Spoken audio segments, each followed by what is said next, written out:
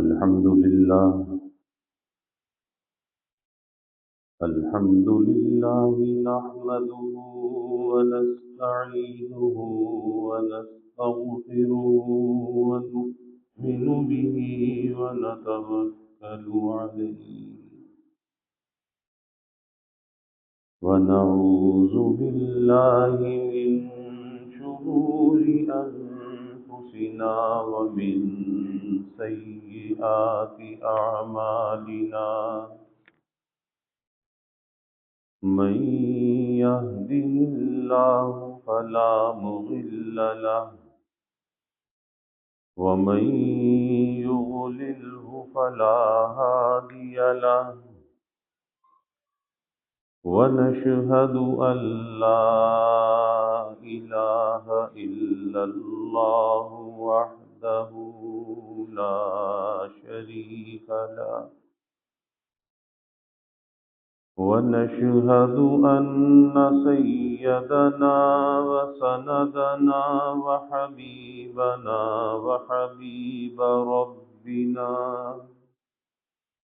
وطبيبنا وطبيب قلوبنا ومولانا محمدا عبده ورسوله. وصلى الله تعالى عليه وعلى آله وأصحابه وبارك وسلم وبارك وسلم تسليما كثيرا كثيرا. هو الحبيب الذي ترجى شفاعته لكل حول من الأحوال مقتحم. يا رب صل وسلم دائما أبدا على حبيبك خير الخلق كلهم. أما بعد فأعوذ بالله من الشيطان الرجيم. بسم الله الرحمن الرحيم. من عمل صالحا من ذكر أو أنثى وهو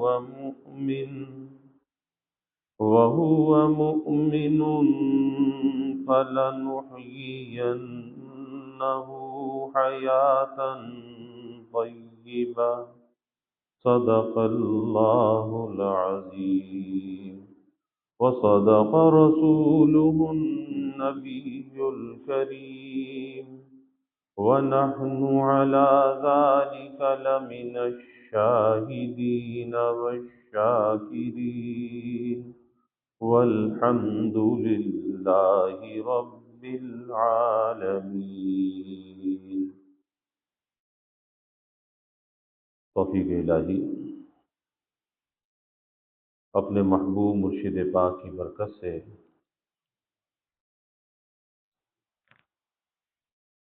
جمعے کی عصر کی اس نشست میں ہفتے بعد حکیم الامت مجدد الملت حضرت تھانوی رحمۃ اللہ علیہ کی حیات المسلمین کا درس چل رہا ہے. اس کتاب کی نویں روح ہے بھائی مسلمانوں کے حقوق کا خاص خیال رکھ کر اسے ادا کرنا، یعنی اپنے بھائی مسلمانوں کے حقوق کا خیال بھی رکھنا اور ان حقوق کا ادا بھی کرنا.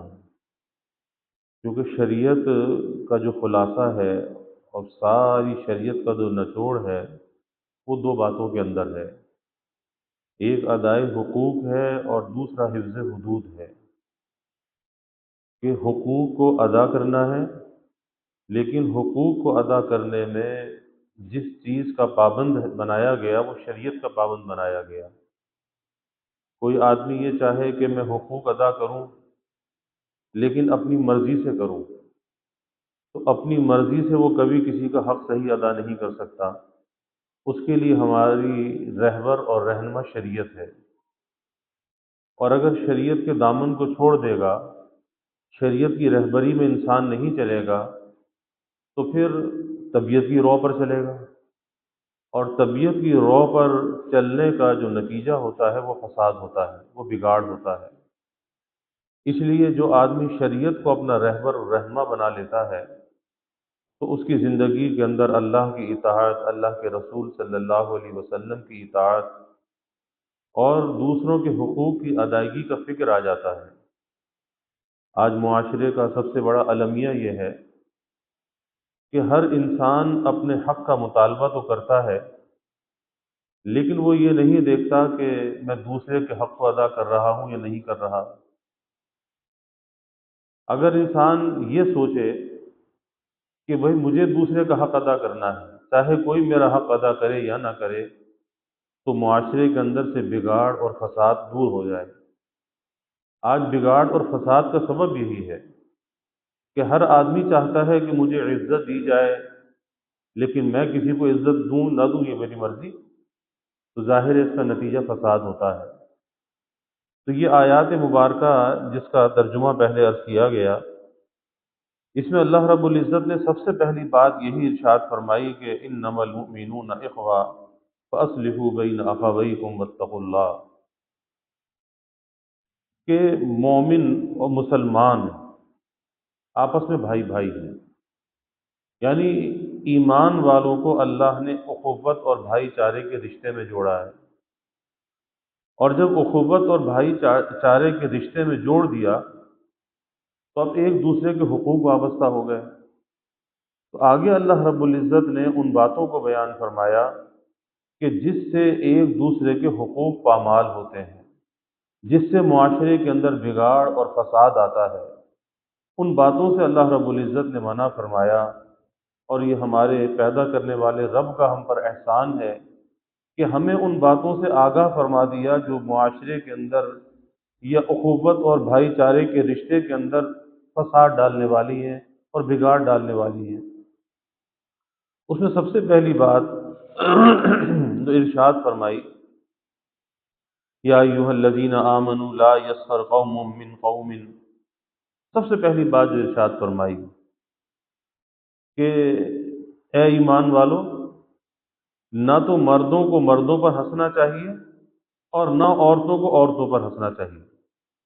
سب سے پہلی بات یہ ارشاد فرمائی، کیونکہ کسی کا تمسخر اڑانا، کسی پر ہنسنا، یہ اسی وقت ہوتا ہے جب آدمی دوسرے کو اپنے سے کمتر سمجھتا ہے، دوسرے کی حقارت، دوسرے کی تحقیر پیش نظر ہوتی ہے، تو آدمی دوسرے پر ہنستا ہے، مذاق بناتا ہے۔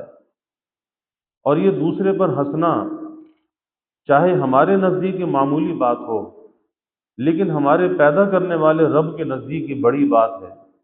اس لیے ہمارا پیدا کرنے والا رب ہمیں اس سے منع کر رہا ہے کہ نہ مردوں کو مردوں پر ہنسنا چاہیے اور نہ عورتوں پر عورتوں کو ہنسنا چاہیے۔ آج جسے معمولی بات سمجھا جاتا ہے، کسی کی دل آزاری کر دینا، کسی پر طعن کر دینا، اور پھر اس کے بعد یہ کہہ دینا کہ ہم تو مذاق میں یہ بات کر رہے تھے، ہم تو دل لگی کر رہے تھے۔ تو بھائی آپ کی اچھی دل لگی ہوئی کہ کسی کی عزت نفس کو آپ نے پامال کر دیا، اور پھر اوپر سے کہا جی ہم تو دل لگی کر رہے تھے، ہم تو مذاق کر رہے تھے۔ اس لیے ایسی باتوں کو معمولی نہیں سمجھنا چاہیے، یہ غیر معمولی باتیں ہیں۔ کیوں کہ ہمارا پیدا کرنے والا رب ہماری فطرت کو جانتا ہے، اور ہم سے زیادہ ہمیں جانتا ہے۔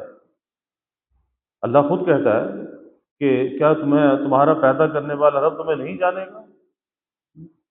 تو اس لیے جس کام سے رب نے منع کیا اس کو کبھی ہلکا نہیں سمجھنا چاہیے، کہ نہ مردوں کو مردوں پر ہنسنا چاہیے اور نہ عورتوں کو عورتوں پر ہنسنا چاہیے۔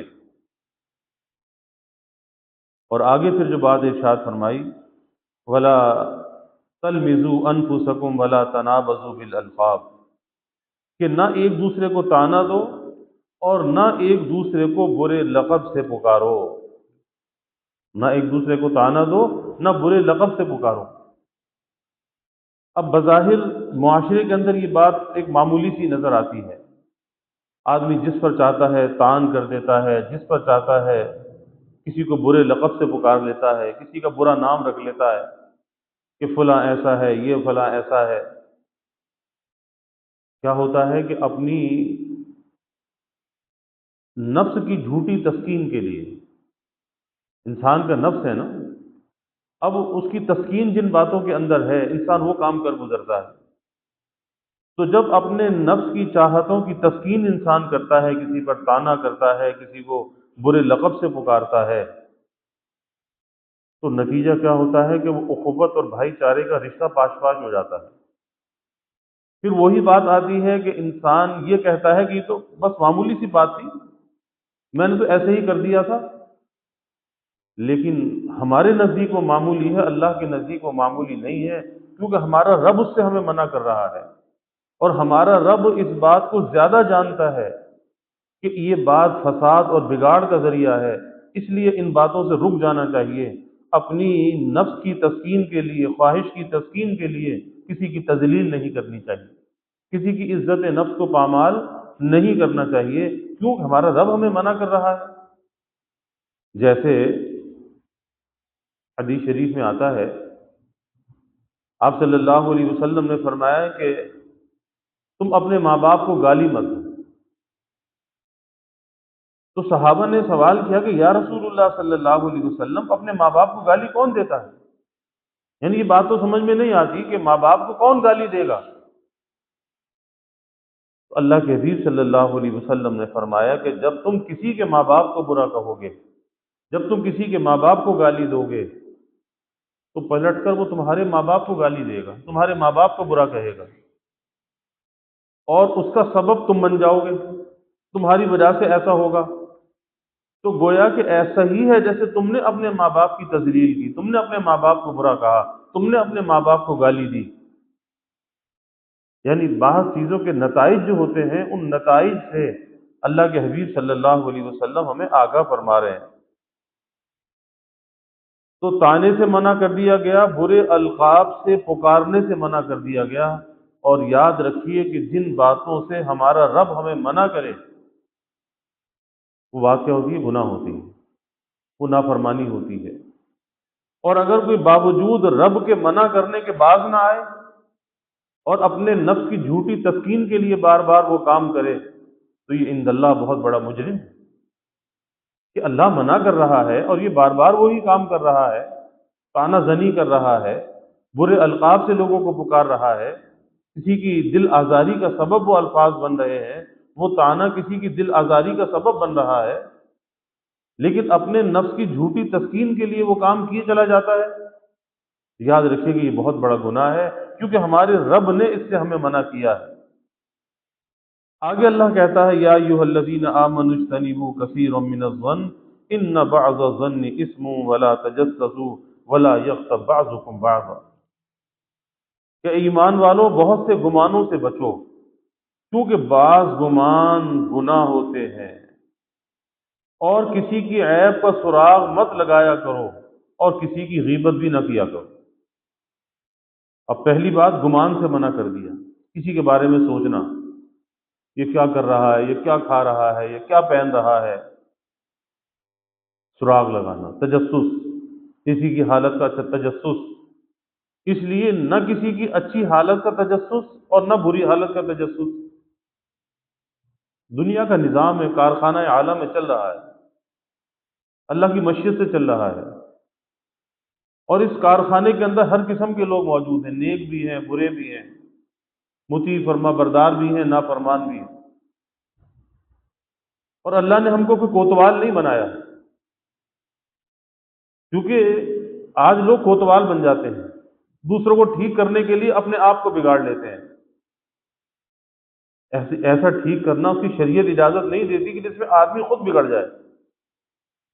آپ اندازہ لگائیے کہ کسی کو نصیحت کرنے کے لیے آدمی گالیاں بکنے لگے، برا کہنے لگے، وہ نصیحت کس کام کی؟ کہ دوسرے کی جوتیوں کی حفاظت کے لیے اپنے ایمان کی گٹڑی کو ضائع کر رہا ہے۔ تو اس لیے پہلی چیز تجسس سے منع کر دیا کہ کسی کی اچھی اور بری حالت کا تجسس مت کرو۔ اور ظاہر ہے جس کام سے اللہ روکے وہ گناہ ہے نا، تو پھر وہ کام کرنا چاہیے؟ کبھی وہ کام نہیں کرنا چاہیے، کیونکہ جب تجسس کے اندر پڑے گا نتیجہ اس کا بدگمانی ہوگی، برا گمان، اور برا گمان بہت بڑا فساد ہوتا ہے۔ گمان، برا گمان، اسی لیے آتا ہے کہ شیطان انسان کے دل میں برے وسوسے ڈالتا ہے، برے خیالات ڈالتا ہے، تو ان خیالات کو منہ مت لگاؤ۔ فلاں یہ سوچ رہا ہوگا، فلاں یہ کر رہا ہوگا، انہیں منہ مت لگاؤ، بگاڑ ہوگا، فساد ہوگا۔ ان بعض الظن اسم، کیونکہ بعض گمان گناہ ہوتے ہیں، تو ان گمانوں کے اندر مبتلا ہونے کا نتیجہ بدگمانی ہے۔ تو اس لیے اللہ ہمیں کثرت گمان سے روک رہا ہے۔ ہاں، سوچنا ہے تو اپنے بارے میں سوچو، میں کیسا ہوں، میرے اندر کیا کیا خرابیاں ہیں۔ بدگمانی ہو تو اپنے اپنے ساتھ بدگمانی ہو، اللہ کی مخلوق سے تو حسن ظن ہونا چاہیے، نیک گمان غالب ہونا چاہیے۔ اس لیے مجدد تھانوی رحمۃ اللہ علیہ فرماتے تھے کہ اگر کوئی انجان شخص ہے اور اس کے اندر 99 خرابیاں ہیں اور ایک خوبی اس کے اندر ہے، تو فرماتے تھے میری نظر اس کی ایک خوبی پر ہوتی ہے، 99 خرابیوں پر نہیں ہوتی۔ ہم کیوں اس کی خرابیوں پر نظر لے کر جائیں؟ اس کا معاملہ اللہ کے ساتھ ہے۔ اور فرمایا کہ جس کا تعلق مجھ سے ہے اصلاح و تربیت کا، اب چونکہ اس کا حق وابستہ ہو گیا، اگر اس کے اندر 99 خوبیاں ہیں اور ایک خامی ہے، تو میری نظر اس کی ایک خامی پر ہوتی ہے کہ یہ ایک خامی بھی اس کے اندر کیوں رہے، اس کو بھی دور ہونا چاہیے۔ لیکن یہ چیز کیا اصلاح کے لیے ہے، درستی کے لیے ہے۔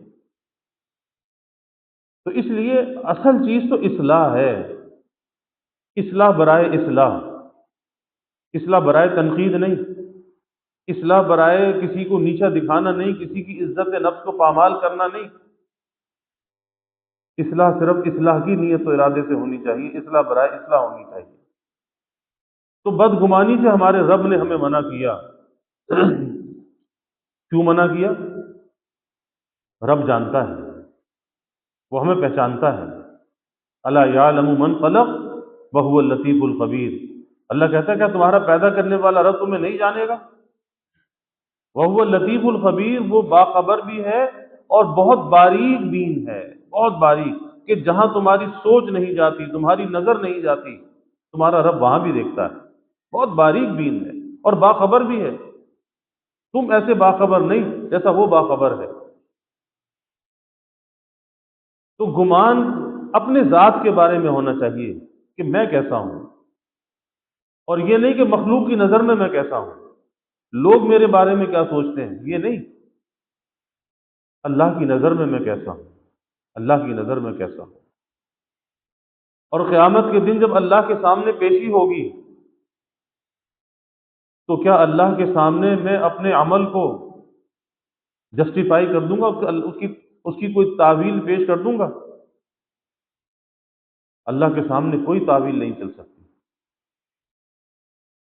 تو اس لیے جب انسان اپنے بارے میں سوچتا ہے، اپنا محاسبہ کرتا ہے، اس کا نتیجہ ایک فکر پیدا ہو جاتی ہے، احتساب کے نتیجے میں فکر پیدا ہوتی ہے۔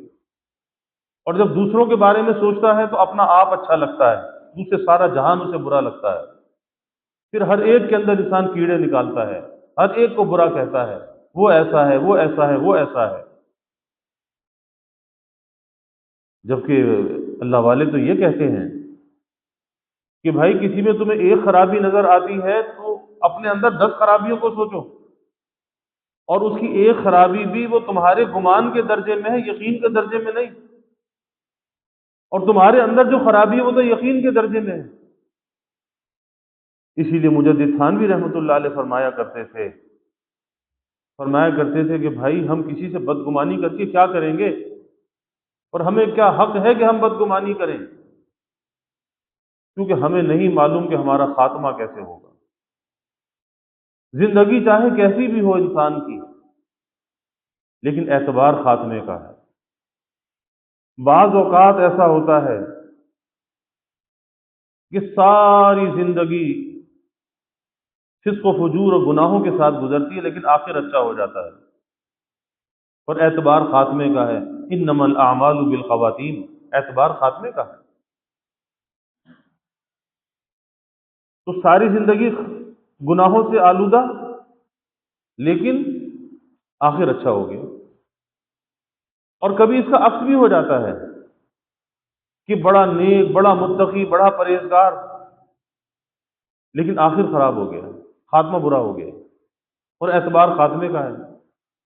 اسی لیے اللہ والے ڈرتے رہتے ہیں، لرزتے رہتے ہیں کہ خاتمہ کیسا ہوگا۔ تو کیسے کسی کو حقیر سمجھ سکتے ہیں، کیسے کسی سے نفرت کا اظہار کر سکتے ہیں؟ الخلق عیال اللہ، یہ خلق جو ہے اللہ کا کنبہ ہے، اور جب اللہ کا کنبہ ہے تو اللہ کو اپنے کنبے سے پیار ہے، تو ہمیں یہ حق نہیں پہنچتا کہ اللہ کے کنبے سے ہم نفرت کریں، بدگمانی کریں، ان کے بارے میں بری رائے کا اظہار کریں۔ تو اس لیے ہمیں برے گمان سے، کثرت گمان سے منع کیا گیا۔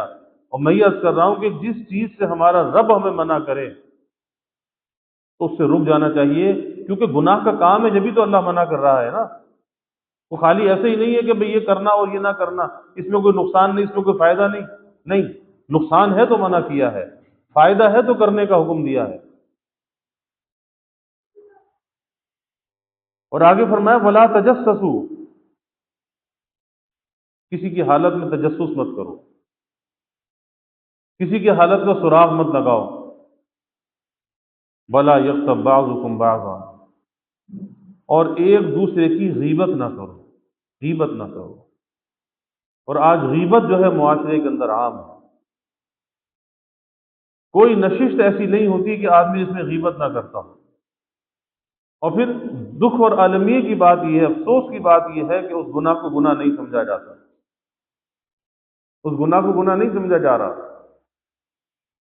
بلکہ سمجھتے پتہ نہیں ہم تو کوئی بہت بڑا فریضہ ادا کر رہے ہیں، اس لیے کوئی ندامت نہیں، کوئی پشیمانی نہیں، جہاں بیٹھے تیرا میرا ذکر شروع کر دیا، فلاں ایسا، فلاں ایسا، فلاں ایسا۔ سوچنے کی بات ہے کہ یہ کل قیامت کے دن انجام کیا ہوگا، اللہ کے سامنے پیشی کیسے ہوگی۔ پھر انسان یہ سوچے کہ غیبت ایسا گناہ ہے کہ جو اس کی نیکیوں کو برباد کرنے والا ہے، نیکیوں کو ضائع کرنے والا ہے، کہ وہ ادھر کی نیکی ادھر چلی جاتی ہے، جس کی غیبت کی اس کے کھاتے میں چلی جاتی ہے۔ تو پہلی بات تو نیکیاں ہی کتنی ہیں ہمارے پاس کہ اتنی آدمی کمائی نہیں کر رہا ہے، اتنی نیکی نہیں کر رہا ہے جتنی وہ کما رہا ہے۔ اسی لیے میں عرض کیا کرتا ہوں کہ نیکی کا کرنا تو آسان ہے، لیکن نیکی کو محفوظ رکھنا یہ بہت مشکل کام ہے، بہت مشکل کام ہے۔ دنیا کے اندر مال و دولت کا کمانا تو آسان ہے، لیکن اس کی حفاظت کرنا اس سے زیادہ مشکل کام ہے، ہر آدمی نہیں کر پاتا۔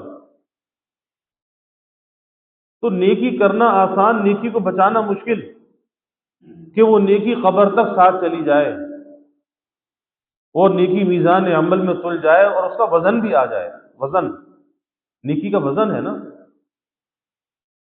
کہ ایک آدمی نماز پڑھتا ہے، فریضہ تو ادا ہو جاتا ہے، لیکن نماز ایسی پڑھتا ہے کہ جو اللہ کو پسند نہیں ہے۔ اور حدیث میں بھی آتا ہے کہ جب آدمی آداب کے ساتھ، مستحبات کی رعایت کے ساتھ، سنت کے مطابق نماز پڑھتا ہے، وہ نماز بڑی قیمتی نماز ہوتی ہے۔ فرشتے اس نماز کو ادب اور احترام کے ساتھ لیتے ہیں، اسے ریشمی کپڑوں میں لپیٹا جاتا ہے، اور اسے فرشتے ہاتھوں میں بدلتے بدلتے آسمانوں پر لے جاتے ہیں بڑے ادب اور احترام کے ساتھ، کہ جس میں آداب کی رعایت کی جائے، سنت کے مطابق وہ نماز پڑھی جائے۔ اور فرمایا کہ جس میں آداب کی کوئی رعایت نہیں، میں ٹکرے مار رہا ہے، ڈھونگے مار رہا ہے، کچھ نہیں پتا، دماغ کہیں اور چل رہا ہے، دل دماغ ہی حاضر نہیں ہے، کھڑا تو نماز کی حالت میں۔ تو پھر ایسی نماز، کہ نماز کی صورت تو ہے جس میں حقیقت موجود نہیں ہے، تو پھر ایسی نماز گندے کپڑے میں لپیٹ کے پڑھنے والے کے منہ پہ مار دی جاتی ہے۔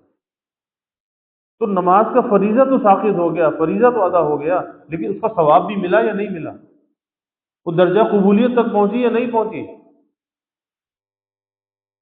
تو اس لیے نیکی کرنا تو بہت آسان ہے، تسبیحات کرنا، تلاوت کرنا، مناجات کرنا بہت آسان ہے،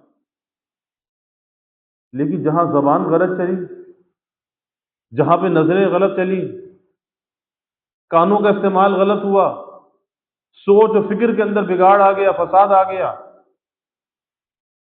تو نیکی تو برباد، نیکی برباد۔ تو اصل تو اس نیکی کی حفاظت کرنا ہے، نیکی کیسے بچانی ہے، نیکی کو کی حفاظت کیسے کرنی ہے؟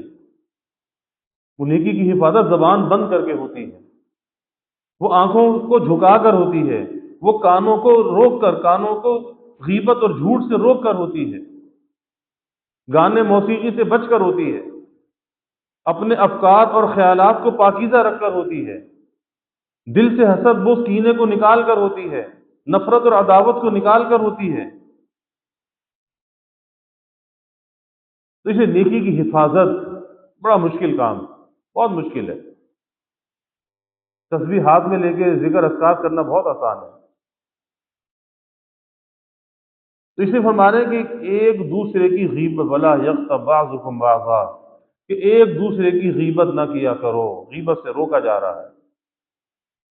آج ہم اپنا اپنا جائزہ لیں، کیا ہماری کوئی نشست ایسی ہے کہ جس میں ہم ذکر خیر نہیں کرتے؟ کوئی نشست ایسی نہیں ہوتی جہاں تیرا میرا ذکر نہ ہوتا ہو، تو یہی تو غیبت ہے۔ پہلی حدیث مبارکہ جو یہاں پر حضرت نے بیان فرمائی، اس کے راوی حضرت عبداللہ ابن مسعود رضی اللہ تعالی عنہ روایت کرتے ہیں کہ رسول اللہ صلی اللہ علیہ وسلم نے ارشاد فرمایا کہ مسلمان کو برا بھلا کہنا، بلا وجہ برا بھلا کہنا، فرمایا یہ بڑا گناہ ہے۔ اکرام ہے مسلم کا، اکرام میں مسلم، بڑوں کا ادب ہے، چھوٹوں پر شفقت ہے۔ تو اللہ کے حبیب صلی اللہ علیہ وسلم کیا فرما رہے ہیں کہ مسلمان کو بلا وجہ برا بھلا کہنا بڑا گناہ ہے، اور اس سے بلا وجہ لڑنا قریب کفر کے ہے، مسلمان سے لڑنا قریب کفر کے ہے۔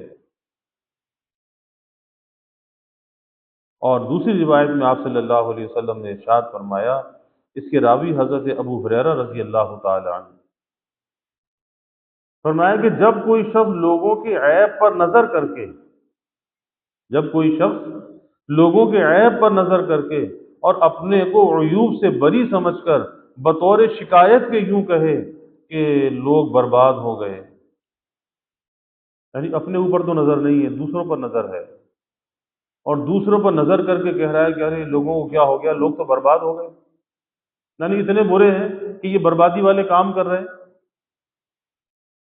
تو اللہ کے حبیب صلی اللہ علیہ وسلم فرماتے ہیں کہ یہ شخص جو لوگوں کے بارے میں یہ کہہ رہا ہے کہ لوگ برباد ہو گئے، فرمایا کہ یہ شخص سب سے زیادہ برباد ہونے والا ہے، کیوں کہ یہ مسلمانوں کو حقیر سمجھتا ہے۔ اسی لیے آتا ہے کہ کوئی کتنا ہی گنہگار سے گنہگار ہو، اس گناہ گار کے فعل سے تو نفرت ہونی چاہیے، فاعل سے نفرت نہیں ہونی چاہیے۔ فعل کو برا سمجھو، فاعل برا نہیں ہے، کیونکہ فاعل جس گھڑی توبہ کرتا ہے اللہ کا ولی بن جاتا ہے۔ اور آج ہوتا کیا ہے کہ فاعل کو برا کہتے ہیں، اس کو تانا دیتے ہیں، اور یاد رکھیے کہ تانا کسی کو نہیں دینا چاہیے، کیونکہ تانا دینے کی حدیث میں بڑی مذمت آئی ہے کہ جس کو کسی بات پر عار دلائی جائے، تانا دیا جائے، تو اللہ کے حبیب صلی اللہ علیہ وسلم نے فرمایا کہ اللہ اس بات پر قادر ہے کہ اسے نجات دے دے، تمہیں مبتلا کر دے۔ جس برائی کی وجہ سے، جس گناہ کی وجہ سے، جس خرابی کی وجہ سے تم کسی کو تانا دے رہے ہو، کسی کو عار دلا رہے ہو کہ تمہیں شرم نہیں آتی، تم ایسا کام کرتے ہو، تمہیں ڈوب مرنا چاہیے، عار دلانا ہے نا، یہ نصیحت کرنا نہیں ہے۔ نصیحت تو ناصحانہ انداز چاہتی ہے، اور ناصحانہ انداز خیر خواہی کا انداز ہوتا ہے، اس کے اندر عاجزی ہوتی ہے، تواضع ہوتی ہے، انکساری ہوتی ہے، اچھے الفاظ کا انتخاب ہوتا ہے، لہجے کے اندر نرمی ہوتی ہے، سختی اور غضب اور غصہ نہیں ہوتا، غضب و غیظ کا اظہار نہیں ہوتا۔ تو نصیحت کرنا ایک الگ چیز ہے، نصیحت تو نام خیر خواہی کا ہے، یعنی کسی کا بھلا چاہنا، اور یہاں معاملہ اس کے برعکس ہو، حقارت ہو، آڑ دلائی جائے، تانے دیے جائیں، تو اللہ کے حبیب صلی اللہ علیہ وسلم نے فرمایا کہ اللہ اس بات پر قادر ہے کہ اس کو نجات دے دے، تمہیں مبتلا کر دے، اور اللہ جس کو مبتلا کرنا چاہے پھر وہ کیا بچ سکتا ہے؟ پھر وہ نہیں بچ سکتا۔ اسی لیے آتا ہے کہ جب کسی کو کسی برائی میں، گناہ میں مبتلا دیکھو تو اسے رسوا مت کرو، اس کی پردہ پوشی کرو، پردہ دری مت کرو، پردہ پوشی کرو، اس کے عیب کو چھپاؤ، کیونکہ ایسا نہ ہو کہ اگر تم نے اس کو رسوا کیا، اس کا نتیجہ کیا ہوگا؟ اللہ تمہیں رسوا کر دے گا، اور جس کو اللہ رسوا کرنا چاہے پھر وہ رسوائی سے نہیں بچ سکتا۔ اس لیے اللہ کی مخلوق کی پردہ پوشی کرنی چاہیے، پردہ دری نہیں کرنی چاہیے۔ اور آج یہ سوشل میڈیا اور یہ موبائل فون کی جو لعنت ہے، آج اس کے ذریعے سے جتنی لوگوں کی پردہ دری ہو رہی ہے، رسوائی پھیل رہی ہے۔ آپ دیکھ لیں میسیجنگ جو ہوتی ہے، چاہے وہ تحریر کے ذریعے ہو، چاہے وہ وائس میسج ہو، آواز کے ذریعے سے ہو، دنیا جہاں کا فساد اس کے اندر موجود ہے، دنیا جہاں کا بگاڑ اس کے اندر موجود ہے۔ آسان سی چیز ہے، ایک مفت کا آلہ ہاتھ آ گیا، مفت کا ٹول ایک ہاتھ آ گیا، لیکن اس کے ذریعے سے کس قدر بربادی کا سامان کیا جا رہا ہے۔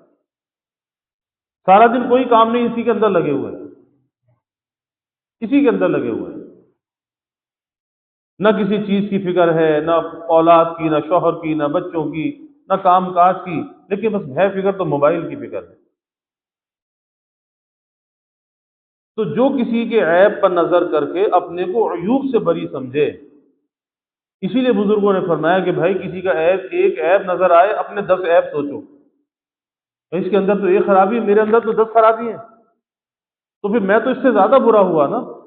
یہ تو مجھ سے اچھا ہے کہ اس کے اندر ایک خرابی ہے اور میرے اندر 10 خرابیاں ہیں، اور اس کے اندر جو ایک خرابی ہے پتہ نہیں مجھے نظر آ رہی ہے بھی یا نہیں ہے، یعنی ایک گمان کے درجے میں ہے نا، ایک ظن کے درجے میں ہے، لیکن میرے اندر جو خرابی ہے اس کا مجھے یقین کے درجے میں علم ہے کہ ہاں تیرے اندر یہ خرابی ہے۔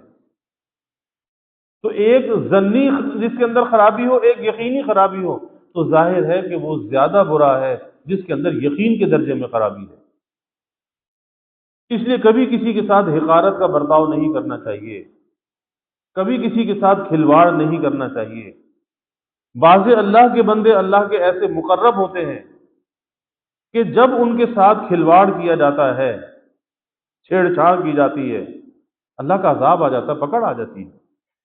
من عادی لی ولیا فقد آذنتہ بالحرب، امام اعظم ابو حنیفہ رحمۃ اللہ علیہ، والد کا انتقال ہو گیا، ابھی 3 دن بھی نہیں گزرے تھے کہ ایک شخص آ گیا، امام صاحب کہیں تشریف لے جا رہے تھے، آ کر کہتا ہے جی آپ کی والدہ جو ہے وہ بیوہ ہو گئی ہے، اور شریعت یہ کہتی ہے کہ بیوہ کا عقد ثانی کر دو، نکاح ثانی کر دو، تو میں آپ کی والدہ سے نکاح کرنے کے لیے تیار ہوں۔ اب کتنی سخت بات، کتنا غصہ، کتنے جذبات ہونے چاہیے، لیکن امام صاحب نے فرمایا کہ بھائی میری والدہ عاقل ہے، عاقلہ بالغہ ہے، ابھی وہ عدت کے اندر ہے، ان کی عدت پوری ہو جائے، ان سے پوچھ کر آپ کو جواب دے دوں گا۔ کوئی برا نہیں منایا، کوئی غصے کا اظہار نہیں کیا، لیکن اس نے حقارت کے ساتھ یہ معاملہ کیا، تحقیر۔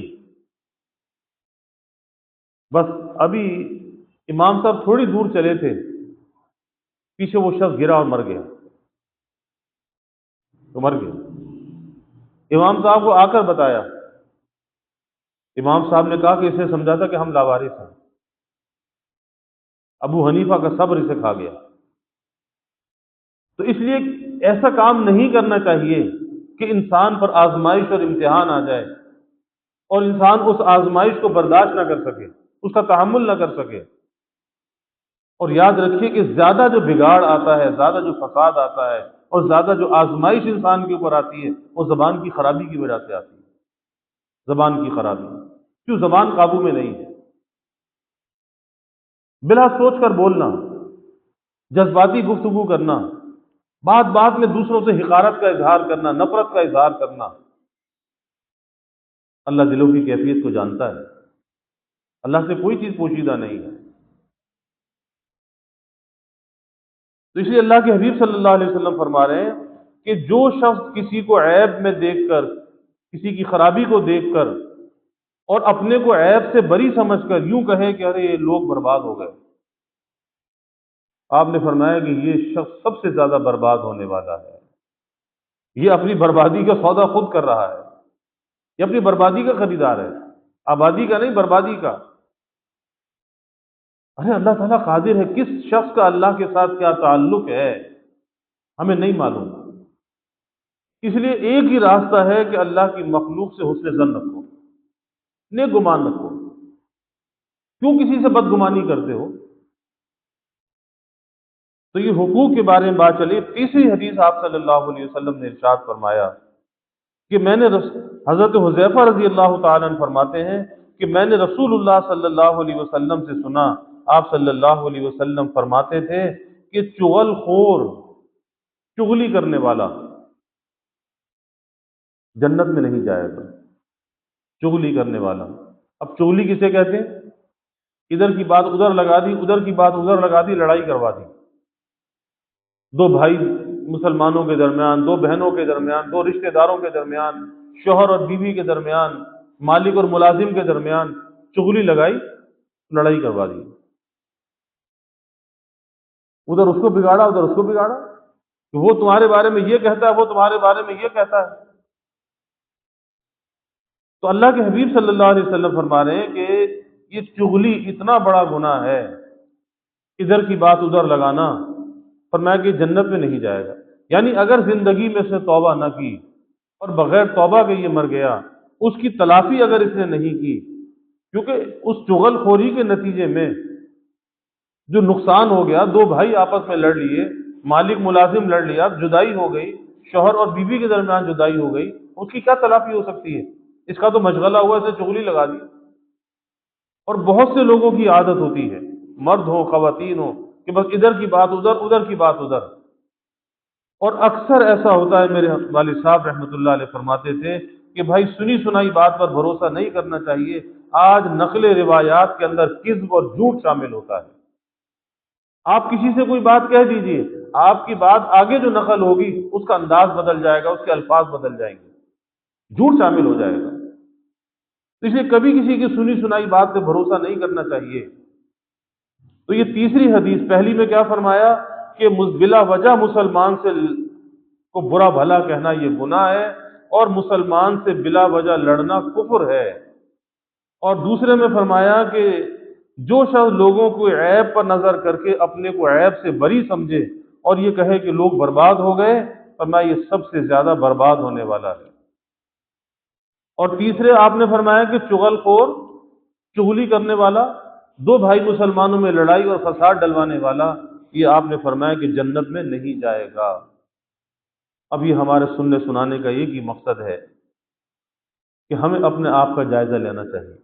یہ باتیں خالی کانوں تک نہیں رہنی چاہیے، دل میں اترنی چاہیے، اسے دل میں جگہ دینی چاہیے کہ اللہ نہ کرے کہ اگر کسی خرابی کے اندر ہم مبتلا ہیں، آج اس کی تلافی ہو سکتی ہے، آج اللہ سے معافی مانگی جا سکتی ہے۔ جس کے حق میں ہم نے حق تلفی کی ہے اس سے ہم آج معافی مانگ سکتے ہیں، عند اللہ اپنے معاملے کو صاف کر سکتے ہیں، اپنی قبر کو ہلکا کر سکتے ہیں، اپنے حشر کو بچا سکتے ہیں۔ اور اگر آج کو بھی گزار دیا اپنے بارے میں پھر وہی گمان رہا کہ ہم سا تو جہان میں کوئی بھی نہیں ہے، تو پھر کل آنے والی بڑی سخت ہوگی۔ اللہ اس سے ہماری حفاظت فرمائے، اور اللہ ان برائیوں سے، ان خرابیوں سے کہ جو اخوت اور بھائی چارے کے رشتے کو پامال کرنے والی باتیں ہیں، اللہ تعالیٰ اس سے ہم سب کی حفاظت فرمائے۔ وآخر دعوانا الحمدللہ الحمد للہ رب العالمین، والعاقبۃ للمتقین، والصلاة والسلام علی اشرف الانبیاء والمرسلین۔ اللہم صل علی سیدنا و مولانا محمد فی اول کلامنا، اللہم صل علی سیدنا و مولانا محمد فی اوسط کلامنا، اللہم صل علی سیدنا و مولانا محمد فی آخر کلامنا، اللهم صل على سيدنا ومولانا محمد كلما ذكره الذاكرون، وصل على سيدنا ومولانا محمد كلما غفل عن ذكره الغافلون. اللهم لا نحصي ثناء عليك أنت كما أثنيت على نفسك، رب اغفر وارحم وأنت خير الراحمين. لا إله إلا أنت سبحانك إني كنت من الظالمين. اللهم إنك عفو كريم تحب العفو فاعف عنا يا كريم يا كريم يا كريم.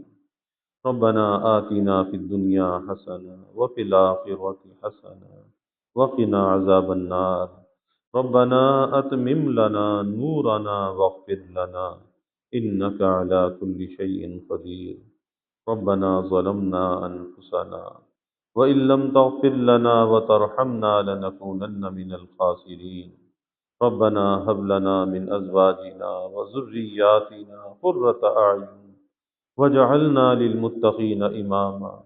اللهم طهر قلوبنا من النفاق، اللهم طهر قلوبنا من النفاق، وأعمالنا من الرياء، وألسنتنا من الكذب، وأعيننا من الخيانة، فإنك تعلم خائنة الأعين وما تخفي الصدور. يا حي يا قيوم برحمتك نستغيث، أصلح لنا شأننا كله ولا تكلنا إلى أنفسنا طرفة عين. یا اللہ یا رحمان یا رحیم یا کریم یا ارحم الراحمین یا اکرم الاکرمین.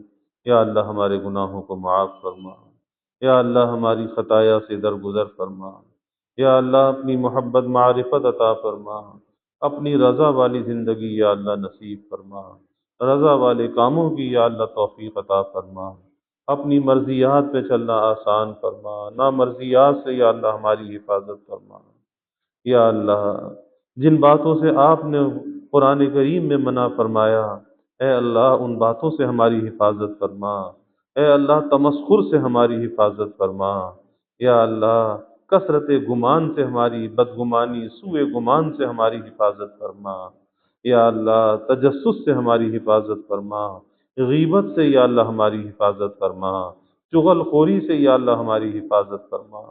اے اللہ ماضی میں جو ہم سے کوتاہیاں ہوئیں، غلطیاں ہوئیں، یا اللہ اس کی تلافی کا ہمیں فکر عطا فرما. یا اللہ اپنے ماضی پر ندامت اور پشیمانی عطا فرما، کثرت استغفار کی، رجوع اللہ کی یا اللہ ہمیں توفیق عطا فرما. یا اللہ پکی سچی توبہ کرنے والا بنا. یا اللہ ہمارے دلوں کو بدل دے، یا اللہ ہمارے دلوں کو بدل دے. دلوں میں نرمی، عاجزی، زاری پیدا فرما. عار اور استکبار کو یا اللہ دلوں سے نکال دے. صحیح سچی تواضع یا اللہ ہمیں عطا فرما. یا اللہ ہماری زبان کی حفاظت فرما، نظروں کی حفاظت فرما، ہماری سوچ اور فکر کی یا اللہ حفاظت فرما. یا اللہ ہر نیکی ہر طاعت کا کرنا آسان فرما. نیکی کی رغبت دلوں میں پیدا فرما، گناہوں کی نفرت دلوں میں پیدا فرما. یا اللہ سب کے دلوں کے نیک ارادوں کو، تمناؤں کو از غیب پورا فرما. سب کی حاجات کو پورا فرما، پریشانیوں کو دور فرما، بیماریوں سے یا اللہ حفاظت فرما، زمینی آسمانی آفات سے یا اللہ حفاظت فرما، موذی امراض سے یا اللہ حفاظت فرما. یا اللہ سب کے علم میں، عمل میں، رزق میں خوب خیر و برکت فرما. یا اللہ کبھی کسی کو مخلوق کا محتاج نہ بنا، ہمیشہ اپنے در کا سائل اور بھکاری بنا، اپنے در کا منگتا اور سوالی بنا. اپنے غیر سے ہماری امیدوں کو قطع فرما، اپنی ذات عالی کا یقین ہمارے دلوں میں پیدا فرما. ہر امید کو یا اللہ تیری ذات سے وابستہ کرنے والا بنا. یا اللہ جو بھی خواتین تشریف لاتی ہیں ان کے آنے کو قبول فرما. قدم قدم پر اپنی نصرت اور معیت نصیب فرما. گھروں کے ماحول کو جنت کا نمونہ بنا. آپس میں محبت الفت پیدا فرما، نفرت کو عداوت کو دور فرما. یا اللہ بڑوں کا اکرام کرنے والا بنا، چھوٹوں پر شفقت کرنے والا بنا، خلق خدا سے درگزر کرنے والا بنا. یا اللہ دل میں نرمی، عاجزی، زاری پیدا فرما. اپنی رضا کے لیے یا اللہ مٹنا نصیب فرما. یا اللہ جو بے اولاد ہیں نیک صالح اولاد عطا فرما.